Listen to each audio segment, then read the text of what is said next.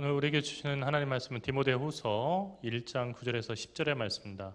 디모데후서 1장 9절에서 10절의 말씀, 이 말씀을 제가 한 절 여러분이 한 절 기도하겠습니다. 하나님이 우리를 구원하사 거룩하신 소명으로 부르심은 우리의 행위대로 하심이 아니요 오직 자기의 뜻과 영원전부터 그리스도 예수 안에서 우리에게 주신 은혜대로 하심이라.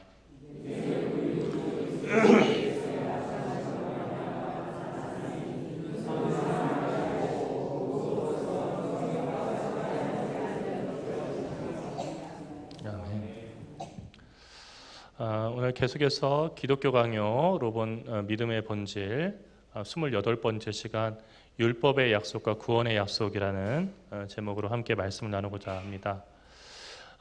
우리가 그 믿는 신앙을 다양한 이름으로 이렇게 부르게 되지만 그러나 크리스천리티, 그러니까 그리스도교, 기독교라고 하는 이름으로 우리가 부르는 이유는 예수 그리스도를 통해서 구약의 많은 율법의 약속들이 성취되었고 또 하나님이 구원하신다고 하는 그 구원의 약속도 예수 그리스도를 통해서 우리에게 가장 분명히 드러났기 때문입니다. 그러니까 그리스도께서 오시기 전까지는 우리가 많은 오해가 있을 수 있었지만 그리스도가 오신 다음에는 더 이상 우리가 오해할 수 없는 분명한 믿음의 표징이 있다는 거죠. 그래서 오로지 예수 그리스도께서 보여주시고 가르쳐 주신 그 길대로 하나님의 뜻을 따라 살아갈 때만 우리가 하나님의 백성으로 구원받은 자녀로서 살아갈 수 있다는 얘기입니다. 우리가 이렇게 걷다 보면은 밝은 빛이 더할수록 그림자라는 것이 생기죠. 어두운 밤에 조명이 없는 데서는 그림자가 없지만은 그러나 햇살이 환하게 비추는 날에는 항상 우리 곁에는 그림자가 따라다닙니다. 그림자는 우리의 그 체형을 그대로 반영하죠. 우리가 마른 사람이면 그림자도 날씬하고요. 우리가 통통하면은 그림자도 통통합니다. 또 우리가 좋은 일을 하고 있으면 그림자도 좋은 그런 모습으로 비치고요. 우리가 남의 것을 훔치고 담장을 넘고 있을 때 그림자는 우리가 도둑이라고 하는 것을 증명하는 그 모습으로 우리 곁을 붙어 다닙니다. 그런데 이 그림자가 우리하고 아주 비슷하다고 해서 그림자 혼자만 존재할 수 있을까요? 존재할 수 없는 거예요. 그러니까 그림자가 존재한다는 것은 이러한 그 섀도우, 실루엣을 보여주는 실체가 있다는 얘기죠. 그래서 그림자가 우리가 있는데 가만히 앉아있는데 어떤 그림자가 우리 앞에 싹 비친다 하면은 누가 왔나 하고 내다보면 분명히 그 그림자의 주인공이 있는 겁니다. 그런데 그림자는 있는데 계속해서 그림자가 거기 있는데 사람이 없다 한다면 이거는 상당히 그 무서운 호러물이 되는 거죠. 그런 일은 없습니다. 그래서 이 그림자를 보고서 그 그림자의 주인을 알아볼 수 있는 거예요. 그런 것처럼 구약이라고 하는 것은 우리에게 예수 그리스도의 그림자를 보여줍니다. 메시아가 오신다고 하는데 그 메시아가 어떤 모습일지 그림자를 통해서 그 희미한 형상을 보여주는 거죠. 그러나 예수님께서 오셨을 때 우리는 그 구약에서 길게 드리워진 그 그림자, 그리고 우리를 향해서 메시아로 다가오시는 분이 어떤 분이신지를 우리가 분명히 알게 됐습니다. 그러니까 예수 그리스도가 나타나기 전까지 유대인들이 그 생각하던 그리스도의 모습은 겉 형태는 있었지만은 그게 실제로 누구인지를 전혀 알 수가 없었다는 거예요.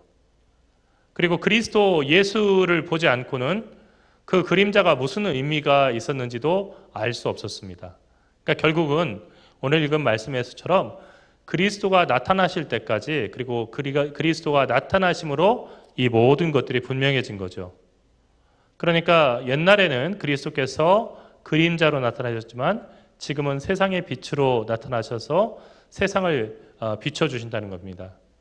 그러니까 그 구약의 율법, 우리가 왜 그리스도인이면서 신약의 성령의 시대, 그리고 예수 그리스도의 십자가의 죽으심과 부활의 시대를 갖다 살아가면서 구약 성경을 읽어야 되냐 하면은 구약 성경 전부가 바로 우리를 위한 거예요. 그 시대만을 위한 것이 아니고 우리로 하여금 예수님이 누구신지, 예수가 없는 삶이 얼마나 비참하고 어두운 삶인지를 보여주는 것이 바로 구약의 비춰진 그리스도의 그림자라는 겁니다.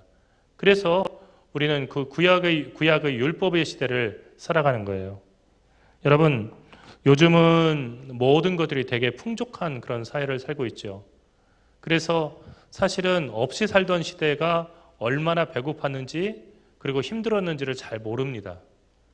우리는 자녀들에게 그 빈곤과 부족함을 갖다 전혀 느끼지 않게 해주려고 가진 애를 다 썼죠. 그 결과 이제 우리 자녀들, 젊은 세대들은 더 이상 먹을 밥이 없어서 반찬이 없고 막 그런 게 아니고요.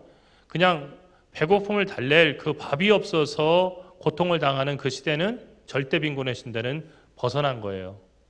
그런데 이 절대 빈곤을 벗어난과 동시에 우리가 얼마나 가난했었고 여기까지 올 때까지 얼마나 많은 고생을 했었는지 그것도 잊어버렸어요. 오늘 이제 어버이날인데 그리고 우리 김사님 또 간절히 우리 부모님 세대들을 위해서 기도했는데 우리 동광교회만 해도 그렇잖아요. 이 동광교회의 빨간 벽돌들 하나하나를 볼 때마다 저는 제가 25년사에서 읽고 여러 성도들에게서 들었던 우리 교회의 초창기 모습을 생각해요. 지하를 만들어 놓고 지상에 그 예배실을 갖다 올릴 그런 겨를이 없어서 그런 경제적인 여유가 없어서 오랫동안 그 시멘만 발라져 있는 지하 예배당을 갖다 이용했던 그 시대. 여러분, 그 시절이 있었기 때문에 오늘 우리가 있는 거예요. 요즘도 다시 그럴 수 있을까 싶을 정도로 자기의 집을 팔아서 작은 집으로 옮기고 그리고 또 새방을 살던 그런 분들도 그 어려운 가운데서 목돈을 모아가지고 헌금하고 그리고 건축 헌금을 하기 위해서 아르바이트를 해가지고 그렇게 어렵게 올린 그 건물 또 심지어 교통사고가 났는데 그 보상금으로 나온 사망 그 보상금으로 나온 그 보상금을 한 푼도 쓰지 않고 전액 그 건축 헌금으로 드린 성도들의 희생과 헌신이 있었기 때문에 이런 교회를 이렇게 지을 수 있었던 거죠. 그런 거 보면은 사실 우리는 엄청난 사랑과 헌신을 눈으로 보면서 살아가는 거예요. 다시 이 교회를 갖다가 져야 될 그때가 됐을 때 우리가 그만큼 헌신할 수 있을까 스스로 자문해 보면은 그 헌신이 결코 넉넉해서 드린 것이나 또 부자들의 가진 자들의 여유에서 나온 것이 아니라는 것을 알 수가 있을 거예요. 여러분, 그런 우리가 역사 속에서 살아가는 겁니다. 그리스도께서 우리에게 오셔서 참 소망이 되신 것은 바로 그런 거예요. 어느 날 갑자기 하나님께서 너희들은 죄인이고 너희들은 구원해 주겠다 하는 그 구원의 교리를 표현하기 위해서 예수 그리스도를 보내신 게 아니에요. 수없는 실패와 그리고 수없는 좌절이 있었다는 거예요. 하나님은 우리를 구원해 주시기 위해서 애쓰셨지만 그러나 하나님의 말씀을 듣고 돌이켜야 될 우리가 그 말씀을 듣고도 마음이 완고해져 가지고 우리가 가고 싶은 길로만 계속 갔다는 거예요. 그래서 길 잃어버린 어린 양 같은 우리를 구원해 주시기 위해서 하나님께서는 하나밖에 없는 아들을 이 세상에 보내주신 거예요. 하나님의 아들이 이 세상에 육신을 입고 오셨다는 것은 말도 안 되는 얘기예요. 하지만 그 말도 안 되는 그 이야기를 통해서 하나님께서는 전에 없었던 놀라운 구원의 길을 열어주셨는데 그분이 바로 그리스도라는 거예요. 그러니까 신약 성경에만 그리스도가 있고 구약 성경에는 그리스도가 없는 것이 아니라 구약 성경은 그리스도의 그림자를 보여주고 그리스도께서 오시면 우리에게 이런 기쁜 소식들이 있을 것이다. 하나님은 그리스도를 통해서 구원하실 것이다 하는 예고편이라고 한다면 그 그리스도가 나타나셔서 우리에게 어떤 일을 베풀어 주셨는가 하는 것이 신약의 이야기라는 거죠. 그래서 누가복음 10장 23절에서 24절의 말씀은 예수님께서 그런 말씀하셨어요. 우리 함께 읽어볼까요? 시작.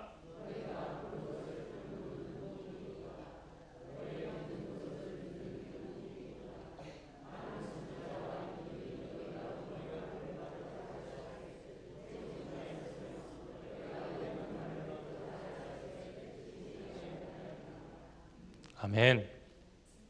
우리가 보는 것을 보는 눈은 복이 있고 우리가 듣는 것을 듣는 귀는 복이 있다는 거예요. 그건 어떤 거죠? 예수 그리스도예요. 예수 그리스도를 눈으로 볼 수 있고 그리고 예수 그리스도의 말씀을 듣는 그 귀가 복이 있다는 거죠. 왜냐하면 구약 성경에 존경을 받는 그 수많은 선지자, 예언자들과 그리고 구약 성경에 나오는 다윗과 같은 그런 임금들이 너희가 보는 바 그 메시아 그리스도를 갖다가 보고자 했지만 간절히 바랐음에도 그들은 보지도 못했고 듣지도 못했다는 거예요. 그런데 너희들은 지금 보고 있지 않냐 하는 말씀이에요. 우리는 예수 그리스도를 직접 눈으로 본 적이 없어요. 정말 타임머신이 있어가지고 그 시대로 돌아가서 예수님을 직접 볼 수 있다면 얼마나 좋을까 하는 생각하지만 아마 직접 만나도 답답하기는 마찬가지일 거예요. 왜냐하면 그분이 하시는 아람어를 우리가 알아들을 수 없기 때문에 도대체 뭔 소리지 할 거고, 육신을 입으신 예수님이기 때문에 아무리 하나님의 아들이라 하더라도 한국말은 못 하실 거예요. 그러면 우리는 그냥 그 답답한 아람어를 쓰시는 그 모습을 이렇게 지켜보면서 도대체 이게 무슨 말인가 하겠고요.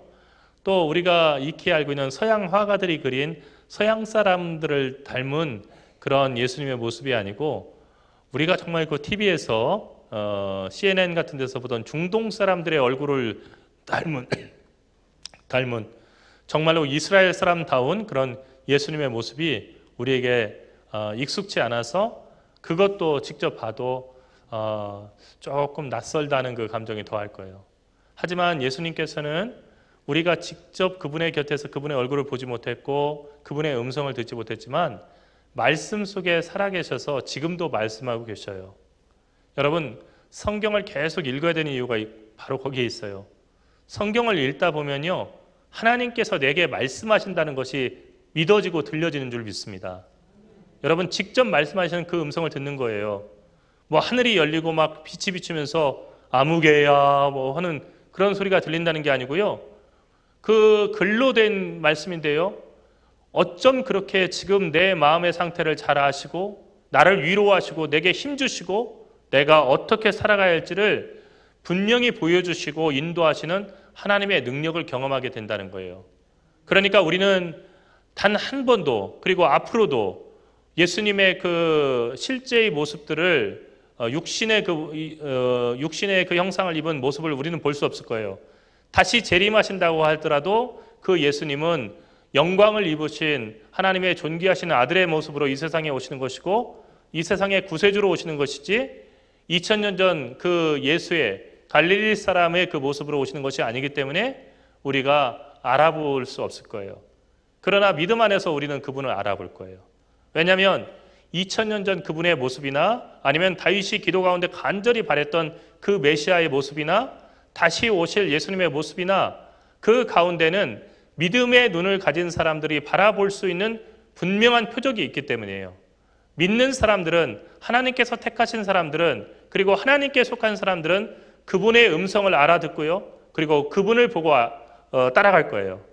여러분, 그 예수님께서는 오늘 또 살아계셔서 우리를 부르시고 계시고 우리를 향한 주의 말씀을 전해주셔요. 어떻게 전해주실까요? 설교 단상에서 설교자를 통해서 대언하게 하심으로써 말씀하셔요. 그 미련한 설교라고 하는 것, 설교의 미련한 것으로 부름받은 자를 구원하신다는 사도 바울의 얘기처럼 설교는 사실은 우리에게 딱딱하고 때로는 무거운 얘기일 수 있지만은 하나님께서는 설교자의 그 연약한 모습을 감추시고 설교자가 대언하는 말씀을 통해서 하나님의 구원받은 백성들을 부르시고 그리고 그들을 구원의 길로 인도하실 방법을 우리로 하여금 알게 해주신다는 것입니다.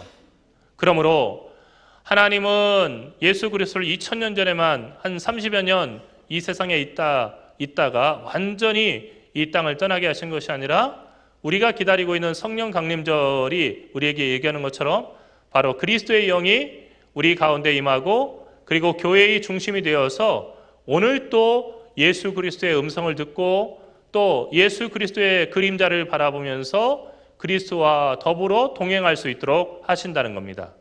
어떻게 동행하게 하실까요? 말씀을 따라서 동행하게 하시는 거예요. 여러분, 말씀으로 인도하시는 거예요. 어린 시절에 우리가 체육대 같은 때 눈을 가리고서 박수 치는 소리를 듣고서 그 박수 소리를 따라서 이렇게 걸어갔던 그런 그 경험을 했을 겁니다. 앞에서 박수 치는 사람이 우리를 골탕 먹일 것 같으면 우리를 무릎 웅덩이로 데려갈 수도 있고 또 넘어질 만한 돌이 있는 곳으로도 인도할 수 있지만 정말 믿을 만한 사람이라면 아무것도 보이지 않는 상황이지만 그 박수 소리만 성실하게 찾아서 가면 우리의 목적지에 갈 수 있는 거죠. 그런데 주님께서는 오늘 성령을 통해서 듣는 자에게 그러한 같은 은혜를 허락해 주신다는 거죠. 여러분, 예수 그리스도는 빛이시지만 그 빛을 다 볼 수가 없어요. 여러분, 이게 어떤 사진일까요? 개기일식 때 그 사진이에요. 개기일식 때 햇빛을 갖다가 계속 보게 되면은 실제로 우리 시력을 갖다가 손상당할 수 있잖아요. 그래서 앞에 그 햇빛을 직접적으로 이렇게 보지 않고 걸릴 수 있는 그런 색깔 판이 있는 이런 그 안경을 끼고 보는 거예요. 제가 화천에 있을 때 한 번은 초등학교를 갔는데 그때 개기일식이 있었거든요. 근데 그 초등학교에 모여있는 유치원 어린이들이 개기일식을 보려고 이런 안경들도 이렇게 가져왔고 뭐 선글라스도 가져왔고 막 뭐 별걸 다 가져왔더라고요. 근데 그 중에서 정말 깜짝 놀랄 만한 그 안경이 있었는데 용접 안경 있잖아요. 용접 그 저기 마스크 그걸 들고 있는 애가 있더라고요. 아마 아버지가 뭐 용접 그 하시는 분인가 본데 그런 거 가져라오니까 정말 그 아이보다도 훨씬 크죠. 용접 마스크니까 그걸 딱 끼고 자 여러분 여기 조금 있으면은 이렇게 해가 다 가려질 텐데요. 이거 한번 우리 보기가 힘든 거예요. 우선 선생님이 또 인도해주고 아이들이 그 끼고 보는 거 봤어요. 우리가 하나님의 그 모습을 직접 보고 하나님의 아들을 직접 본다는 것은 마치 해를 보는 것처럼 우리의 눈이 시력을 손상될 수 있는 그런 일이에요. 죄인된 우리는 하나님을 직접 볼 수가 없어요. 그렇지만은 하나님의 아들, 독생하신 하나님, 그분을 본 사람은요, 세상의 빛을 본 사람이고, 그리고 그분을 보내신 하나님을 직접 본 사람이에요. 그러니까 우리가 왜 그리스도교라고 하냐면요, 예수 그리스도의 말씀과 예수 그리스도의 행함이 바로 하나님의 말씀과 하나님의 행함이에요. 그러니까 예수님께서 이렇다고 말씀하셨으면 구약 39권을 다 읽지 않았어도 하나님은 이것을 원하신다는 것을 예수 그리스도를 보면서 알 수 있는 거예요. 또 예수 그리스도께서 베푸신 사랑을 보면서 구약의 39권의 말씀으로 우리가 이해되지 않던 때로는 우리를 징계하시고 심판하시는 하나님의 그 진심이 바로 우리를 향한 더할 나위 없는 깊은 사랑이었다는 것을 예수님을 보면서 알게 되는 거예요. 그래서 예수 그리스도는 우리가 눈으로 볼 수 있는 육신을 입고 오셨지만은 구약 성경에서 그렇게 간접적으로 듣고 간접적으로 본 사람들이 직접 보지 못했던 하나님이 누구신지를 분명히 보여주시고 또 알게 하신 분이에요. 그런데 이 복음이라고 하는 것은 그런 의미에서 뭐냐면요, 율법의 반대말이 아니고 율법의 업데이트예요. 무슨 얘기냐면요, 구약에서 율법을 통해서도 예언자들은 하나님이 누구시고 하나님이 우리를 사랑하시고 우리를 구원하신다는 것을 얘기해 주셨지만 사람들이 알아듣지 못했어요. 그리고 하나님의 그 사랑을 받아들이지 않고 죄로 갔어요.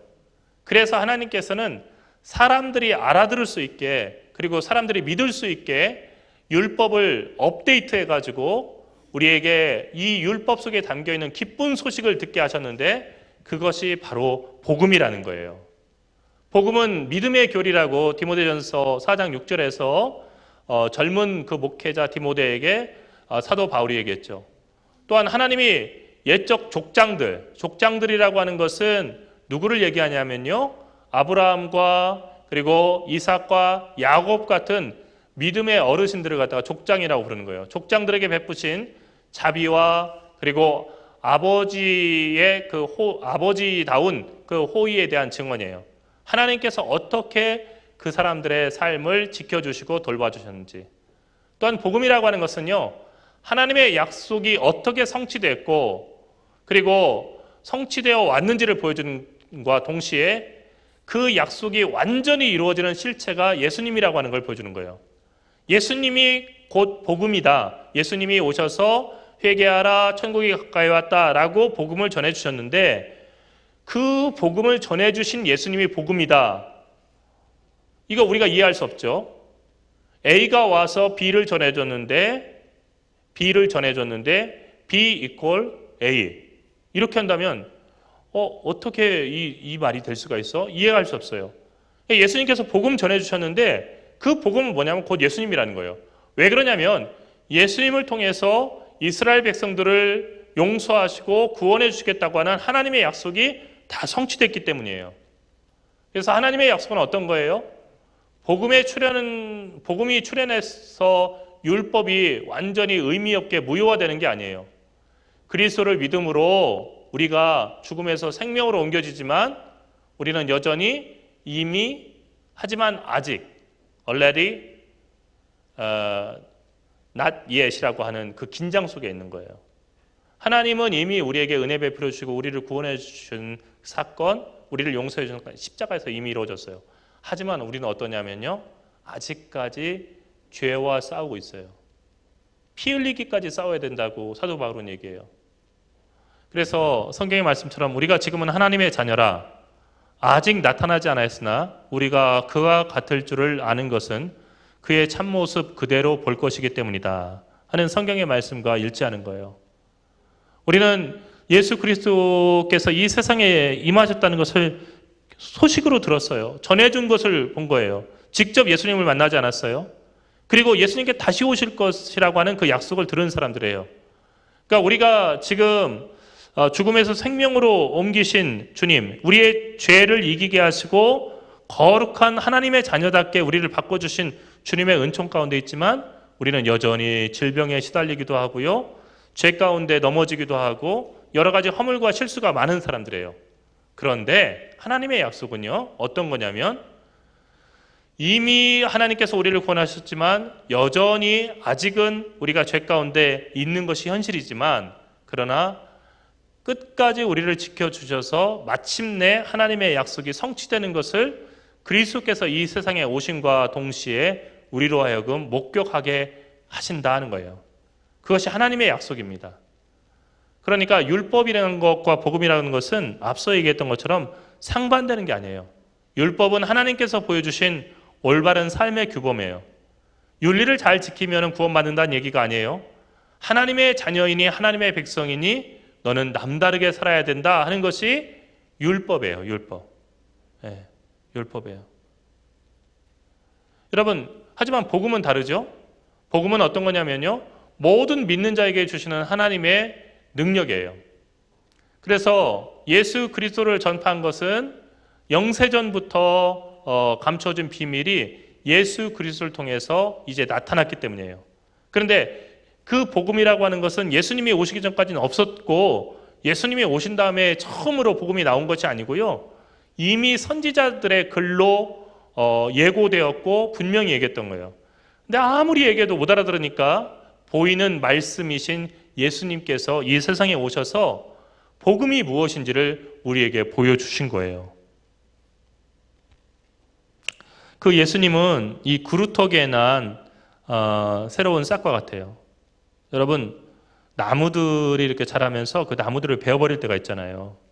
이 나무도 보니까 이 나이테만 봐도 몇십 년이 된 그런 나무예요. 근데 누군가 잘라버렸어요. 끝난 거죠, 나무로서는요. 아유, 이제는 저 나무 볼 일이 없겠다. 저 나무 그늘 밑에서 잘 쉬었었는데 이제는 그 나무 그늘도 이제 그립기만 하겠구만. 이제는 더 이상 그 그늘을 할 수 없구만 했는데 옆에 삐직하고서 나온 거예요. 다 끝났다고 생각하는데.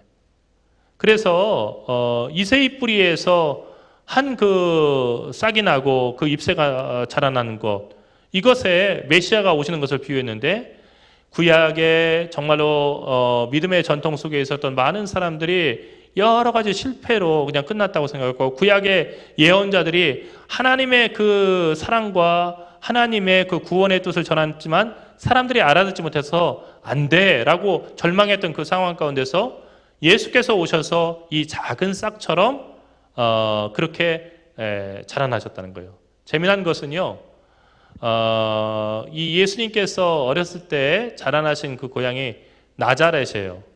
나사렛이라고 하는데 나자렛이라고 하는 게 나자렛 발음이 맞아요. 그런데 새순이라고 하는 것이 그 헬라어로 뭐냐면 나지르예요. 나자렛, 나즈르. 예수님께서 이 이새의 그 잘려진 그 뿌리에 새로 나온 새 순이시다. 나지르신데 어디서 자라나셨냐면 나자렛에서 자라났다는 거예요. 나지르, 나자렛. 그 글자 자음은 같아요. 그러니까 발음이 우리로 말하면 워드 플레이 같은 거예요. 그냥 말장난 같은 거예요. 그 정말로 그 비슷한 연상할 수 있는 얘기예요. 그러니까 나자렛 예수라고 이렇게 불렸던 거, 이분이 바로 모든 것이 끝났고 절망 속에서 끝났던 구약의 시대, 이 끝나버린 시대를 다시 구원의 시대로 이끄실 새 싹으로 오셨다는 거죠. 자, 이렇게 우리는 율법의 약속과 구원의 약속이 결코 끊어지지 않았다는 것을 알게 됩니다. 하나님은 모든 사람이 죄 가운데서 더 이상 하나님의 뜻대로 살아가서 구원받을 수 없을 때 예수 그리스도를 보내셨고요. 지금도 예수 그리스도의 복음을 들었지만은 아직도 믿음으로 살지 못해서 죄 가운데 헤매는 우리를 위해서 교회를 세우시고 주님의 몸된 교회가 주의 복음을 전하고 땅끝까지 그 기쁜 복음을 전함으로써 사람들로 하여금 돌이켜 돌아오게 하시고 그래서 하나님의 자녀로 마지막 심판의 때에 서게 하나님께서는 지금도 일하고 계시다는 거예요. 그 하나님의 사랑을 우리는 구약의 율법에서 읽을 수 있고 또한 예수 그리스도를 통해서 오신 십자가 구원의 사건을 통해서 읽을 수 있고 지금 성령의 시대를 살아가는 우리에게 우리를 감동시키시면서 하나님의 말씀대로 이끄시는 성령님의 그 역사를 통해서도 우리는 읽을 수 있어요. 이 모든 것을 통해서 알 수 있는 것은 하나님은 여러분을 포기하지 않으신다는 겁니다. 하나님은 여러분을 끝까지 구원하시기 원하신다는 거예요. 그 사랑에 여러분의 마음을 여시기를 바랍니다. 기도하겠습니다. 살아계신 하나님, 은혜와 사랑을 감사합니다. 우리는 죽어 마땅한 죄인들이지만 하나님께서는 우리를 포기하지 아니하시고 지금도 우리를 찾으시고 부르시며 우리를 새롭게 세우시기를 원하신 줄 믿습니다. 간절히 바라옵기는 주의 사랑 앞에 감격하여 우리의 마음의 문을 열게 하시고 이제는 주님을 영접하여 주님과 동행하는 저희들 되게 인도하여 주시옵소서. 사랑하신 우주 예수 그리스도의 이름으로 간절히 기도드리옵나이다. 아멘.